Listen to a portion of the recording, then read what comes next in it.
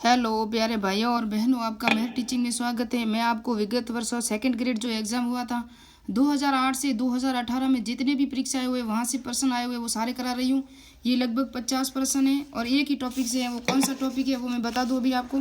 ये जैन नीति शास्त्र है ना, ये सेकंड ग्रेड का जो दर्शन शास्त्र बुक है ना, अवनी बुक, यहाँ में सारे टॉपिक दिए हुए हैं। एक तो जैन नीति शास्त्र काफ़ी पीछे तो रह गया था इंपॉर्टेंट तथ्य देने के लिए, लेकिन अभी तो पूरा टाइम हो गया है। तो ये जिसका 29 जनवरी को एग्ज़ाम है ना, उसके लिए वेरी इंपॉर्टेंट होगा। और आप भी देख सकते हो इससे कितने पर्सन आएंगे। ये जैन नीति शास्त्र है और शाम तक आपको बौद्ध नीति शास्त्र के दोनों वीडियो मिल जाएंगे और गांधी नीति शास्त्र का देखेंगे नेक्स्ट में। तो अभी स्टार्ट करते हैं। जो पूर्व एग्जाम में आए हुए प्रश्न है ना वही करेंगे, क्योंकि प्रश्न हमेशा रिपीट ही होते हैं। तो ये देख सकते हो पहला ही प्रश्न कौन सा है, जैन दर्शन में पंच महाव्रत क्या है। तो पंच महाव्रत है ना, ये पंच महाव्रत हैं सत्य, अहिंसा, असत्य, अपरिग्रह है ना। तो इन सब में देख सकते हो स अ है और इसके अंदर स है। लेकिन ये ब्रह्मचर्य आश्रम है ना, ब्रह्मचर्य व्रत, ये महावीर स्वामी ने जोड़े थे। और ये चार है ना, सत्य, अहिंसा, सत्य, अपरिग्रह, ये पार्श्वनाथ ने जोड़े थे, है ना, जो 23वें तीर्थकर थे जैन धर्म के।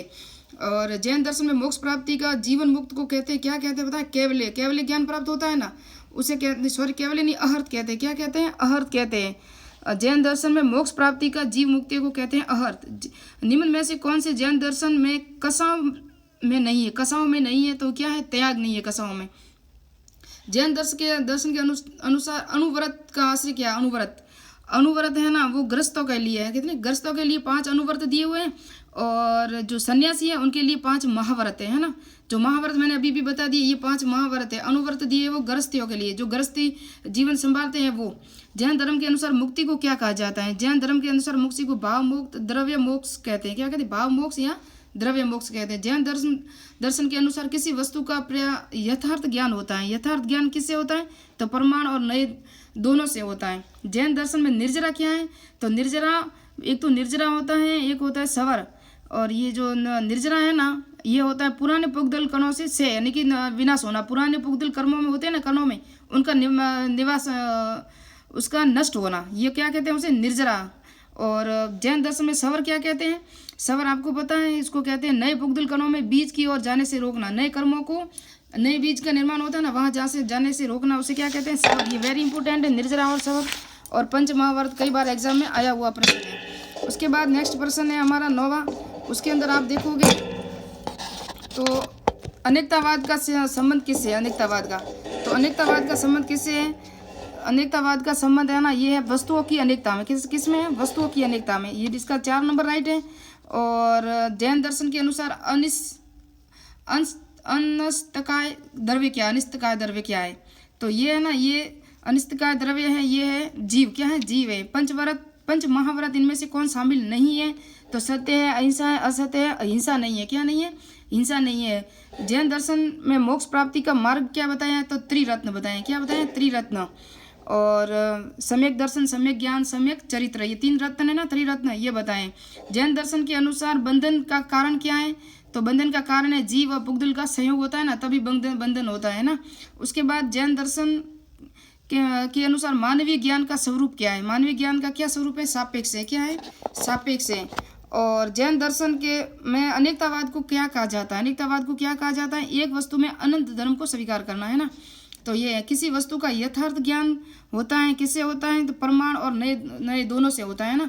उसके बाद मोक्ष की अवस्था में जीव, मोक्ष की अवस्था में जीव की इनमें से कौन सी स्थिति होती है, तो अनंत चतुष्ट से युक्त होती है, अनंत चतुष्ट से युक्त होती है। ये 2 नंबर राइट है। जैन दर्शन के अनुसार मुक्ति को क्या कहा जाता है, तो भाव मोक्ष और द्रव्य मोक्ष। ये अभी नेक्स्ट में प्रश्न आया था, अभी आया, देखो। सम्यक दर्शन ज्ञान चरित्र मोक्ष प्राप्ति, यह किस दर्शन के प्रतिपादित करता है, तो ये करता है जैन दर्शन को। उसके बाद 20वां प्रश्न क्या है, 20वां प्रश्न है जैन दर्शन में संपूर्ण नैतिक ढांचा किस मौलिक सिद्धांत में पर टिका हुआ है, तो इसका संपूर्ण ठिकाना अहिंसा पे टिका हुआ। किस पे, अहिंसा पे।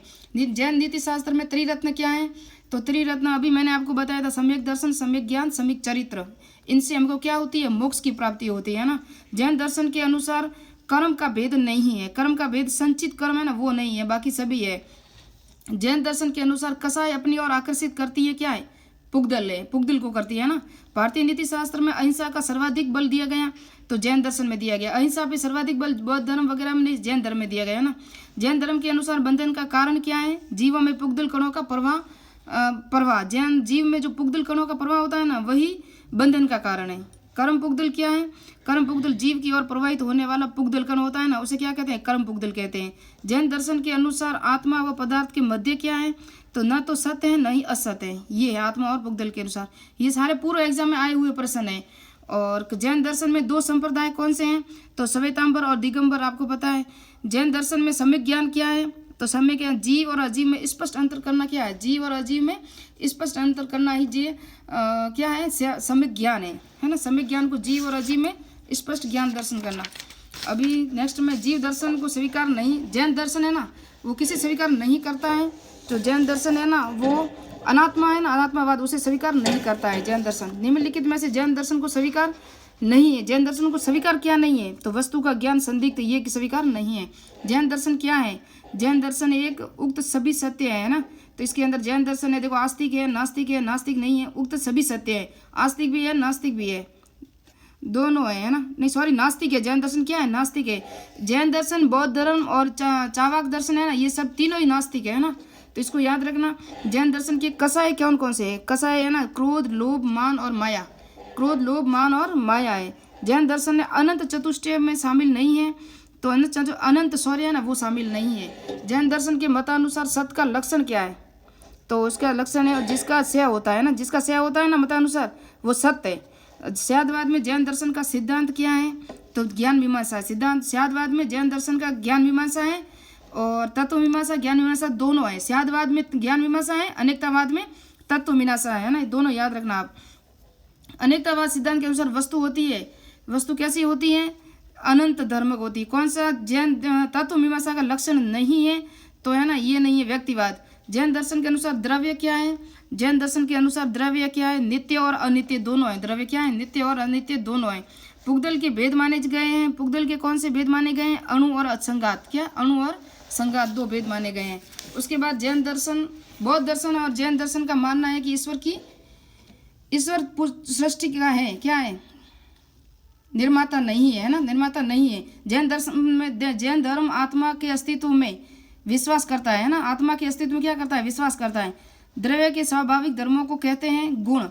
जैन दर्शन में बंधन के कारण बताए गए हैं। जैन धर्म में बंधन के कितने कारण बताए गए हैं? तो 5 कारण बताए गए हैं। कितने? 5 कारण बताए गए हैं।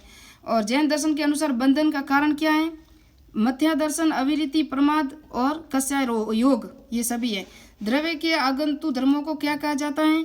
तो पर्याय कहा जाता है। अस्तिक का द्रव्य क्या है? जीव और अजीव दोनों है। व्यवहारवाद में नव के अनुसार जीव क्या है? उक्त सभी है। निश्चय नए में अनुसार जीव क्या है? जीव है क्या है? तो एक ही होता है। पुगदलों में स्वतंत्रता एवं सूक्ष्म रूप क्या है पुगदलों का? तो सूक्ष्म रूप है ना वो क्या है? अणु है ना, अणु है। मोक्ष प्राप्ति के किस अवस्था में जीव राग, द्वेष, मोह छोड़कर दुख सुख का कारण, सुख दुख का भाव प्रकट करती है? तो सवर है ना, ये सवर है। लास्ट अभी 2 प्रश्न ही रहे होंगे, अभी इसको पूरा कर लेते। 55 प्रश्न है कुल, तो इसे पूरा कर देते हैं। फिर नेक्स्ट में मिलेंगे बौद्ध, ये है ना बौद्ध नीति शास्त्र, उसके भी 50 प्रश्न होंगे, तो वो भी पूरे करा लूँगी, एग्जाम में आ सकते हैं। जीवन के निहित पुराने कर्मों को पुगदल का नाश कहाँ होता है? तो नाश होता है ना, ये होता है निर्जरा। पुराने कर्मों का नाश निर्जरा। कौन सा घातीय कर्मों में नहीं आता? तो ये अंतराय नहीं आता है ना, अंतराय। और उसके बाद निम्न में से कौन सा अघातीय कर्म नहीं है? तो मोहनीय नहीं है। उसके बाद लास्ट प्रश्न हमारा रहेगा, निम्न में से अघातीय कर्म नहीं है, 4 अघातीय कर्मों का नाश स्वरूप कहाँ होता है? संयुक्त कैवल्य। तो ये 55 प्रश्न थे, ये पूरे हो गए। अब नेक्स्ट में मिलेंगे, बौद्ध नीति शास्त्र को पूरा करेंगे। मिलते हैं नेक्स्ट वीडियो में इंपॉर्टेंट प्रश्नों के साथ, जो पूरा का पूरा यहाँ देखेंगे। प्रतीत स्मृतपात क्या था? दुख के बौद्ध धर्म के 4 आर्य सत्य कौन कौन से हैं? और बौद्ध धर्म से त्रिपिटक, वहाँ त्रिरत्न थे ना, यहाँ त्रिपिटक है, याद रखना। बौद्ध धर्म में त्रिपिटक है, वहाँ त्रिरत्न है। उसके बाद क्या होगा? और दुख निरोध, दुख कारण 4 आर्य सत्य। उसके बाद और बौद्ध धर्म के त्रिरत्न बता दिए। बौद्ध धर्म के पंचशील सिद्धांत कौन कौन से हैं ये देख सकते हो। तो जैन धर्म में 5 महाव्रत हैं, 5 अनुव्रत हैं, लेकिन यहाँ पंचशील सिद्धांत हैं बौद्ध धर्म में। आप इसे एक दूसरे से रिलेटेड करके पढ़ सकते हो, ऐसे तो याद नहीं होगा। क्षणिकवाद कहाँ है? तो ये भी बौद्ध धर्म में है। और पुनर्जन्म है ना, ये भी बौद्ध धर्म में। और बौद्ध धर्म पुनर्जन्म और कर्मवाद पर विश्वास करता है और ईश्वर में। और नास्तिक होता है, वो भी जैन धर्म, बौद्ध धर्म, चावाक सभी नास्तिक धर्म है और निग्रंथ धर्मवादी भी हैं। अब मिलते हैं विगत प्रश्नों में, जितने भी पूर्व एग्जाम आए हुए प्रश्नों के साथ नेक्स्ट में।